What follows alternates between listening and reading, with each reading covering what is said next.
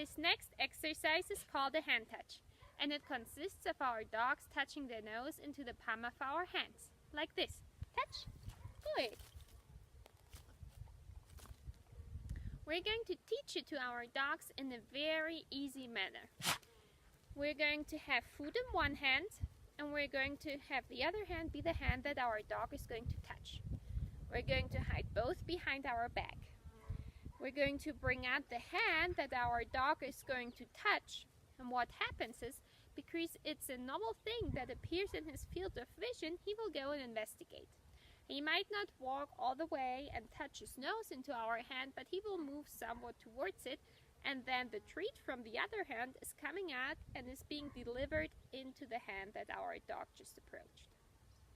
It's important that your dog is in a standing position when you first start out, not in a sit or down, so that he will generate enough movement to come and actually investigate your hand.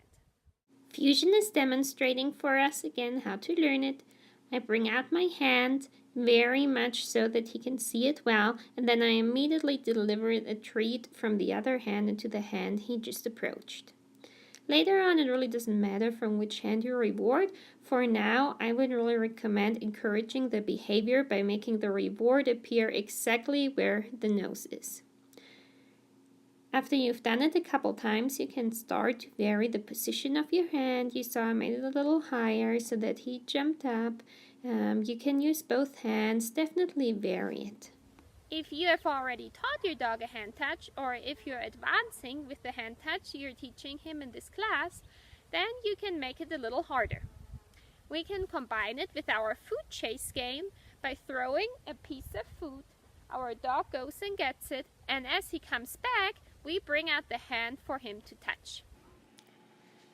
You can see that I'm even holding my hand up a little, so Fusion has to do a little hop just to add some more dynamic and fun into the game.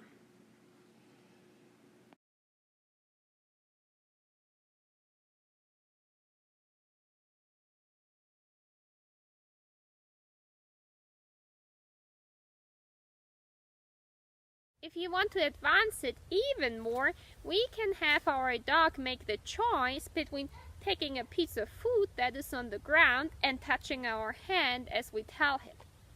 We're going to put him in a stationary position, put a piece of food a little ways away, and then instead of releasing him to the food, we're going to bring out our hand and ask him to touch the palm of our hand. It's important that you only advance to this point once your dog has a very nice reinforcement history for touching your hand in easier situations. So Fusion's gonna sit, put the treat on the ground and ask him to hand touch, and then he's allowed to eat it. If he had gone for the treat on the ground, I would have simply stepped on it so he could not reward by just going to get it and then started over. We play it again. This time he not only gets the treat on the ground, but I also follow the reward up with a little bit of the food chasing game, because I know to him that's even more fun. We do it again. This time he breaks his lie down because he thinks we're still food chasing, so I simply reset him, we carry on. There is no scolding, there's no discipline, it was just a short misunderstanding, and we cleared it up. In this exercise, we are actually requesting that our dog does something for us. It's not just running around chasing food or chasing us anymore. So it might be that your dog is unable to touch your hand in a more distracting situation, but he might still be able to do one of our other easier games. If that is the case, then just move back to an easier game, keep on rehearsing the hand touch in easier situations, and come back to the hand touch once your dog is really solid in the hand touch and playing his games in the harder environments.